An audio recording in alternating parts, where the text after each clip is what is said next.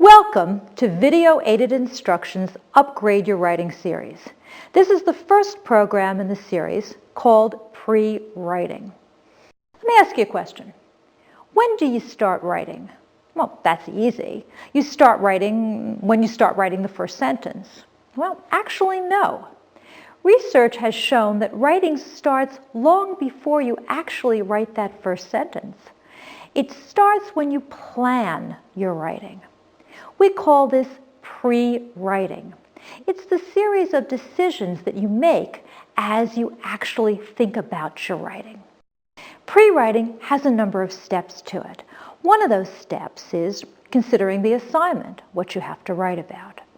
Another one of those steps is thinking about your audience, the people who will read your writing. Third one is your purpose. That's your reason for writing. And the last one is gathering your ideas. We call that brainstorming. Learning the steps in this process can help you write much more easily and much more successfully. It's not very difficult to do, and in this lesson you'll learn all about it. So now what I would like you to do is to pause the program and list the 4 steps in pre-writing. Then come back. Use this model. Pre-writing includes considering, and the 4th item.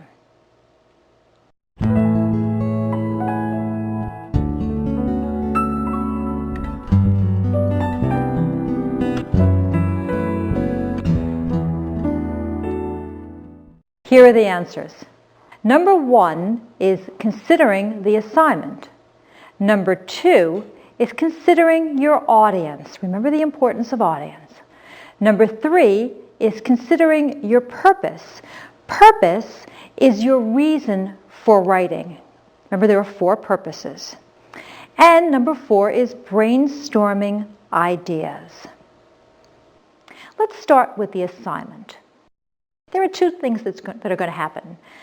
Either you're going to have an assignment or you're going to have to make up your own. Let's assume the teacher has given you an assignment. In these cases, you must answer that question, not any other question. You must directly address what you've been asked to do. Let me give you some examples of that. First, let's say the assignment is choose a favorite family food, such as lasagna, tacos, or wontons. In an essay, tell the reader how to make that dish. Well, in this instance, what you're doing is you're giving steps in specific order from first to last. So the first step might be gathering the ingredients, the second step might be browning the meat, and so on and so on and so on until you get to the last step of the process, which, as we all know, is enjoying the meal. Second assignment. Why did Brutus's speech in defense of killing Julius Caesar fail? Well, in this case, you've got to go back to Shakespeare's play. And to persuade your readers that your opinion is correct, you've got to give specific examples from that play. So you might quote lines, you might refer to scenes, and you would then use that textual proof to make your point. Third one, choose a place that you've always wanted to visit. Tell your reader all about that place. Well, in this case, what you're doing is you're describing the place. So you would gather a lot of details about the place, and those details would help your readers understand why you want to visit that place. Here's the 4th one. In the blink of an eye, everything changed. Well, this is clearly a story. You would start the story with this sentence. Here, what you would do is you would tell a story that would include characters, plot, setting, dialogue, and theme. So let's review for a moment. What you've done is you've taken a look at the assignment, you've analyzed the assignment, and you've figured out what it is that you must do as you plan or pre-write this assignment. Now, what happens when you're given a very broad subject rather than a specific assignment? Well, in this case, what you've got to do is narrow that very broad generalization into a specific topic. So you might get something like health or music or the Electoral College, the Civil War, a famous scientist, foreign policy. You know you can't write an essay on that because the topic is much too big. So what you do is you narrow it down to fulfill the limitations of your paper. Most junior high, high school, and college papers run between 350 and 500 words. That's the amount that you're expected to write between 45 minutes and about an hour.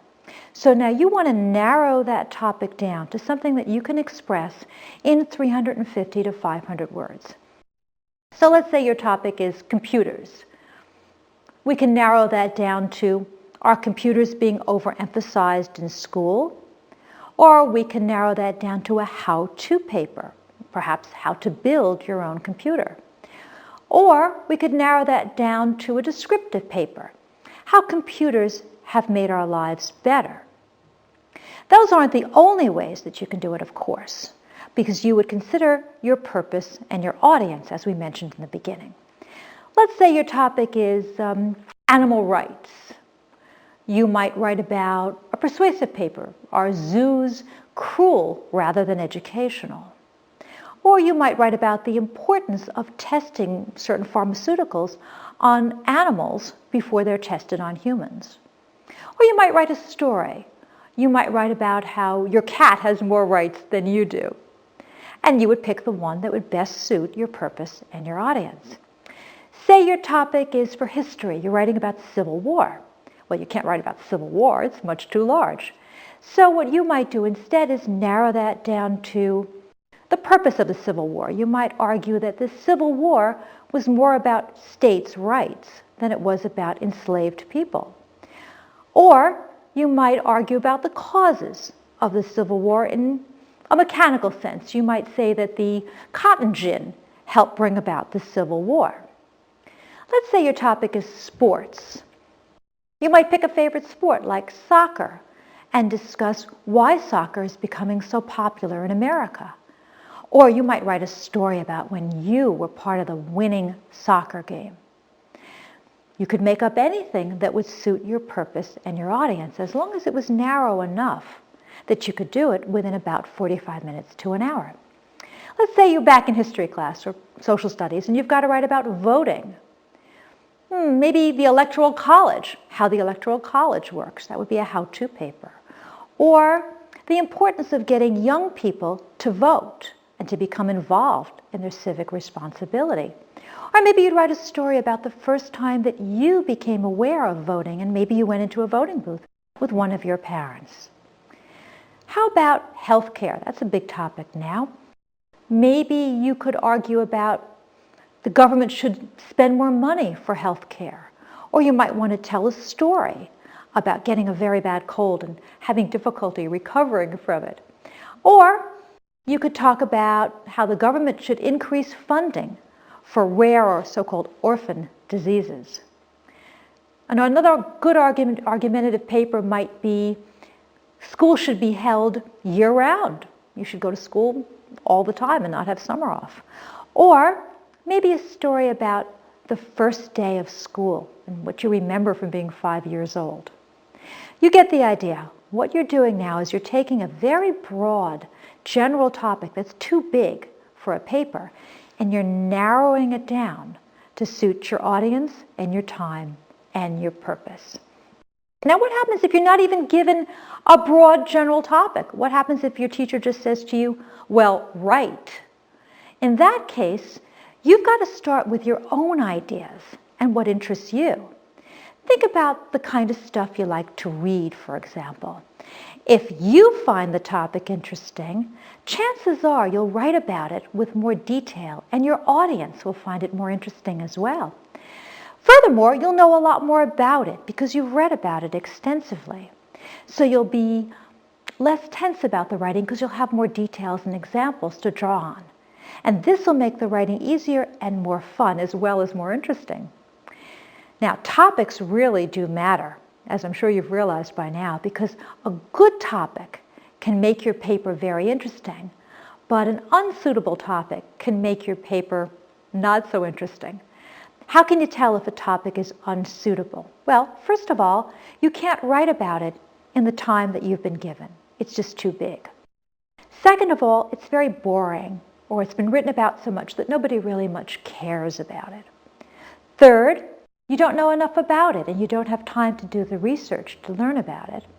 And four, the topic is inappropriate or offensive or even vulgar. And in that case, your audience is going to be turned off in the very beginning. So here you are, you're sitting there in class and you're racking your brains and you see the clock ticking away. You've got to find a topic and you've got to decide if it's suitable. Here's a checklist that you can use. Keep this in your head the next time you're faced with a topic. First of all, is my topic too limited? Is it too narrow? Sometimes you're so excited about the topic that you make it so narrow that you don't have enough to write about. Well, in these cases, what you've got to do is make it just a little bit broader so that you can get about a page or a page and a half double-spaced. Number two, maybe it's the opposite. Your topic is still much too broad. You think you've narrowed it sufficiently, but you're really not quite there yet. Think about how this topic is expressed in literature. If other writers need an entire book about this topic, chances are that it's just too big for you to do in a paper, in a class period, or even in an evening. Number three, what happens if your topic is too technical? You may not have the background to discuss it. In this case, throw the topic out and start again. Unless you have the background to write about it, it's not going to come out very well. You'll do a lot of vague generalities rather than specific details. You don't have the time to teach yourself nuclear physics or calculus or how to fly a helicopter. So pick a topic that's not too technical. What about topics that are sort of yesterday's news? If everybody knows everything about your topic, chances are no one's going to want to read it. I've been teaching a long time and I get a lot of papers that I've read over and over and over again. And frankly, the minute I see gun control or a topic about raising the driving age or lowering the drinking age, I go, been there, done that, and I'm already bored with it.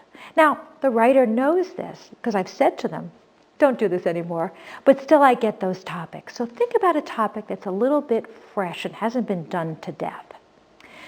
Next, what happens if your topic is a little bit too controversial? You're afraid that you might offend your audience because it's something that they might not agree with your opinion. In this case, don't take the risk. Pick a topic that suits your audience and yourself. Papers that shock and offend take unnecessary risks. Next, do I really like my topic enough to write a paper about it? Maybe your teacher likes your topic, and your parents like your topic, your buddies like your topic, even your dog likes your topic, but you don't like your topic. If you don't like your topic, don't write about it, because there won't be any enthusiasm behind it, and it'll come out a little bit forced. Pick something, if you have the option to do so, that you really enjoy writing about. So now, what I would like you to do is to pause the program and identify the following as subjects of essays or topics of essays. Remember to distinguish between the two, subjects and topics. Explain why you made the decisions that you did. Then come back.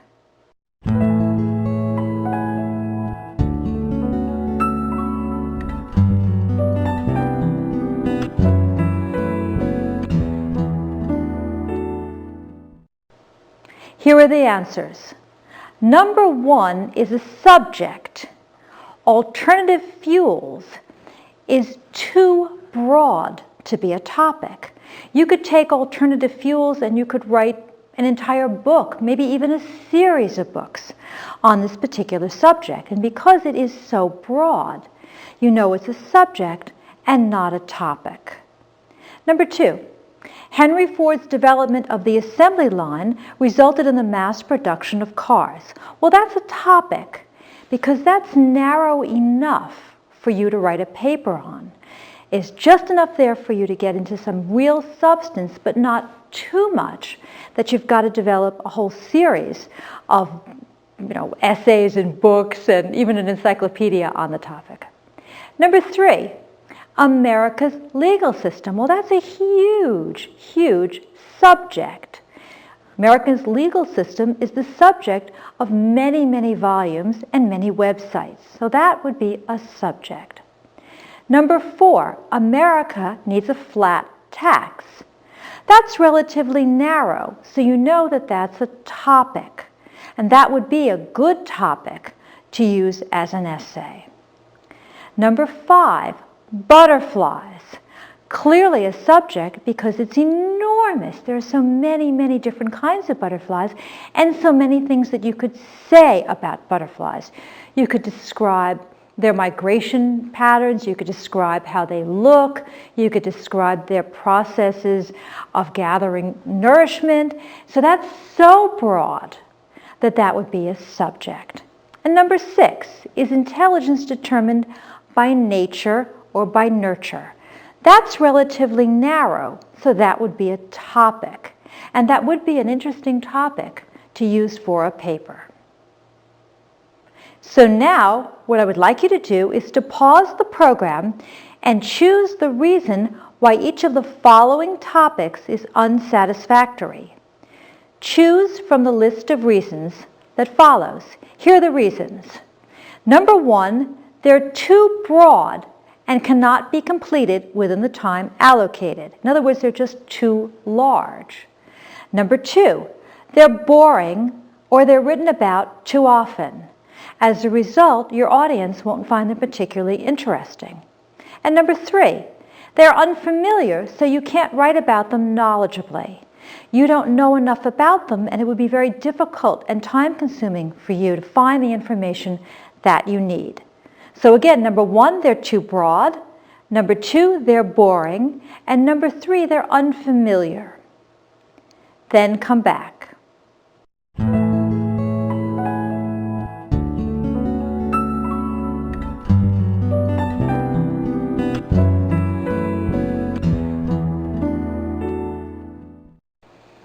Here are the answers. Number 1, the major poets, painters, and dramatists of the Renaissance. Well, this is far too broad. You can't complete this in the time allocated. This is enough subject matter for an entire semester or maybe even a year's worth of study. Just doing the poets alone could take you weeks and weeks and weeks, not to mention the painters and the dramatists. Remember, one of the dramatists of the Renaissance was William Shakespeare. And if you were to cover Shakespeare, you'd have to cover all of his plays, and there's 37 of them, and his poems, long and short. So this is clearly far too broad for the time that you have allocated. Number 2, America should lower the drinking age. The topic may seem fresh to you, but from the standpoint of an instructor, it's boring. It's been written about much too much. I personally have read probably about 100 papers about this, and there's really nothing that a writer can say at this point that I haven't read. Therefore, your paper will not be particularly interesting to your instructor, and you should avoid a topic like this and this particular topic. Number 3, there are many different theories to explain the disappearance of the dinosaurs. Well, those words, many different theories, tell you this is an extremely broad topic. You can't complete it within the time allocated. You might be able to discuss one theory, but you can't possibly discuss many theories. Therefore, this topic is far too big for the time you have. Number 4, America needs stronger gun control laws. This is very similar to number 2, America should lower the drinking age. It's boring. Many students have written about it. Many commentators have written about it. Many columnists have written about it. There won't be much, if anything, that you can say that your instructor has not read before. Therefore, avoid this topic because it's just been done far too much. And number 5, nanoscale trees improve efficiency in low-cost plastic solar cells. This one is probably unfamiliar to you, so you can't write about it knowledgeably. I personally don't know what a nanoscale tree is. I would have to do a lot of research. So unless you're an expert in this particular type of science, I would stay away from this topic because the amount of research that you're going to have to do will be excessive. So because it's just too technical and too unfamiliar.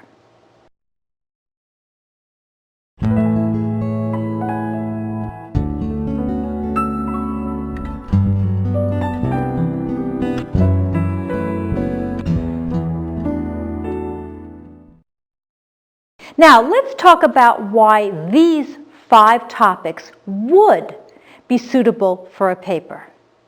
Number 1, media producers should prosecute people who download copyrighted music. Well, first of all, you're going to find this topic very interesting, most likely, and your teacher will probably find it interesting as well. The topic is controversial. It has 2 sides. There are advantages to prosecuting people who download media. They are stealing stuff, but there are also disadvantages because you might be going after, let's say, a 5-year-old who's just taking a song. So you've got 2 sides. You can argue both. You can decide one side is stronger than the other. You can find information relatively easily. The odds are you've read about this in the newspapers, or you've read it on a web page, or you've seen it in a television show. So you can get enough information, and you probably feel strongly enough to have a little bit of passion in your paper. So this would be a good topic. Number 2, students should be placed in classes according to their academic ability, not their age. In most schools, students are placed in classes according to their age. So if you're 5 or 6, you'll be in kindergarten or 1st grade and so on. But maybe students should be placed in grades according to what they have learned. It's an unusual topic. There hasn't been a ton of stuff written on it, but there's enough stuff that you could find the information that you need. Also, your teacher hasn't read it over and over and over again, so she or he would find it interesting, and you would probably find it pretty interesting because it may not have been something that you've thought about a great deal. It's narrow enough to fit into your time frame, and it's broad enough that you can find enough information to write what you need. So this would be a very suitable topic as well. Number 3, why my father is my hero. Well, this could be your father, perhaps your mother, maybe an aunt or an uncle or a sibling, maybe a teacher. This is a good topic because it's sufficiently narrow. You're dealing with only one person, and you would know the person well enough that you would be able to do the research.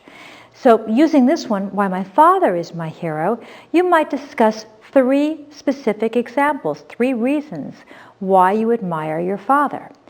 Your teacher would find that interesting because your teacher wouldn't know your father and would like to read something about an admirable person. You would find it interesting because you know this person very well and you can get sufficient detail.